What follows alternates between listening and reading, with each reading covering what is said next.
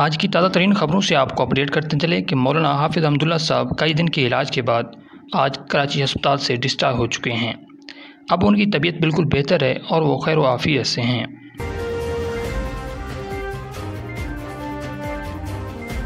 سوات کے علاقے سے شعبہ تخصص کے طلباء کرام کے وفد کی جامعہ دارالعلوم حقانیہ اکوڑا خٹک آمد۔ مدرسے کے وزٹ کے ساتھ ساتھ محتمم جامعہ مولانا انوار الحق صاحب سے خصوصی ملاقات۔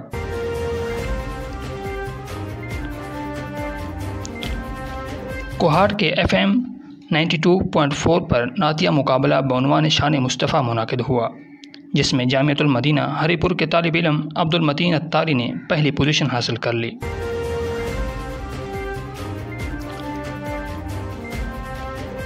معروف ادیب انور مقصود صاحب کی جامعۃ الرشید کراچی آمد۔ مدرسے کے نظام تعلیم کا جائزہ لیا۔ محتمم جامعہ مفتی عبدالرحیم صاحب سے خصوصی ملاقات کی۔ بعد ازاں جامعۃ الرشید کے JTR میڈیا ہاؤس سے پوڈ کاسٹ بھی ریکارڈ کروایا۔ جامعہ سراج العلوم عیدگاہ لودھرا میں پڑھنے والے طالب علم جو کہ درجہ خامسہ میں تھے، اکرام اللہ DC آفس مسجد میں کرنٹ لگنے سے انتقال کر گئے۔ مرحوم DC آفس مسجد میں نائب امام کے عہدے پر تھے۔